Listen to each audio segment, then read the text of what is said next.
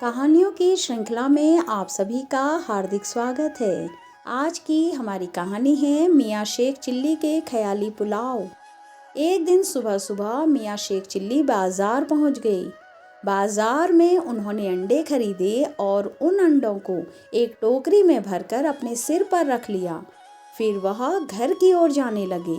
घर जाते जाते उन्हें ख्याल आया कि अगर इन अंडों से बच्चे निकले तो मेरे पास ढेर सारी मुर्गियां होंगी। वह सब मुर्गियां ढेर सारे अंडे देंगी। उन अंडों को बाजार में बेचकर मैं धनवान बन जाऊंगा। अमीर बन जाने के बाद मैं एक नौकर रखूंगा जो मेरे लिए शॉपिंग कर लाएगा। उसके बाद मैं अपने लिए एक महल जैसा आलीशान घर बनवाऊंगा। उस बड़े से घर में हर प्रकार की भव्य सुख सुविधा होंगी। भोजन करने के लिए, आराम करने के लिए और बैठने के लिए उसमें अलग अलग कमरे होंगे। घर सजा लेने के बाद मैं एक गुणवान, रूपवान और धनवान लड़की से शादी करूंगा।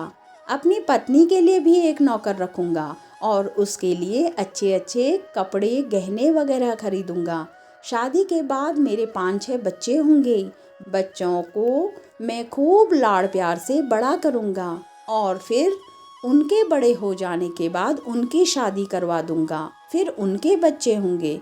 फिर मैं अपने पोतों के साथ खुशी खुशी खेलूंगा। मियाँ शेख चिल्ली अपने ख्यालों में खोए लहराते सोचते चले जा रहे थे। तभी उनके पैर पर ठोकर लगी और सिर पर रखी हुई अंडों की टोकरी धड़ाम से जमीन पर आ गिरी। अंडों की टोकरी जमीन पर गिरते ही सारे अंडे फूटकर बर्बाद हो गए। अंडों के फूटने के साथ साथ मियाँ शेख चिल्ली के ख्याली पुलाव जैसे सपने भी टूटकर चूर चूर हो गए।